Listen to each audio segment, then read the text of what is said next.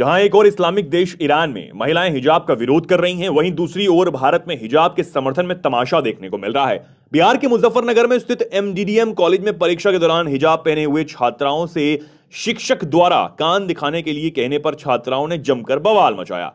Media reports के अनुसार मुजफ्फरनगर के महंत दर्शन दास महिला कॉलेज में सेंट अप परीक्षा चल रही थी। इस दौरान कुछ छात्राएं हिजाब पहनकर बैठी हुई थी। एक शिक्षक को छात्राओं के ब्लूटूथ लगाए होने का शक हुआ और उन्होंने छात्राओं से कान दिखाने के लिए कहा। इस पर छात्राएं भड़क उठी और कॉलेज में ही बवाल करने लगी।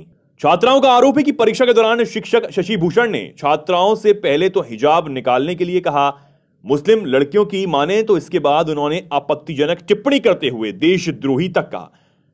छात्राओं ने आरोप लगाया है कि शिक्षक ने उनसे कहा कि रहते यहां हो और गाते वहां की हो, पाकिस्तान ही चले जाओ। इसके बाद छात्राओं ने विरोध किया और बिना परीक्षा दिए ही कॉलेज के बाहर जाकर बवाल करने लगी।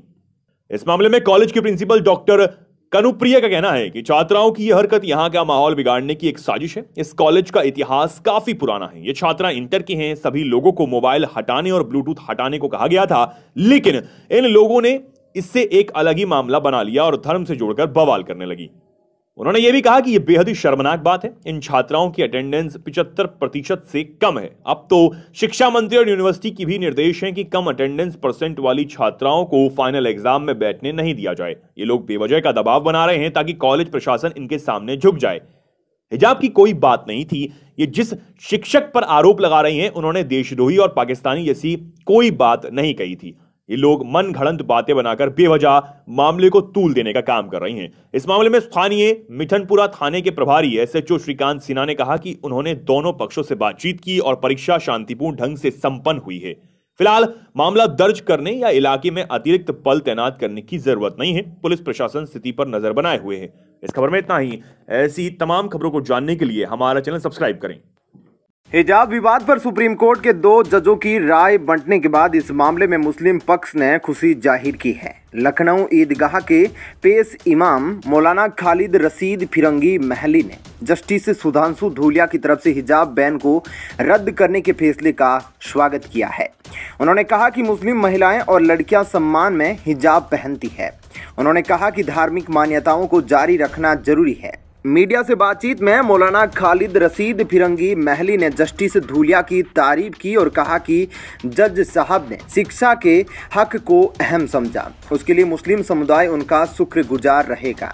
उन्होंने ये भी उम्मीद जताई कि बड़ी बेंच जब इस मामले में सुनवाई करेगी तो वो भी मुस्लिम लड़कियों की शिक्षा पर जरूर ध्यान देगी।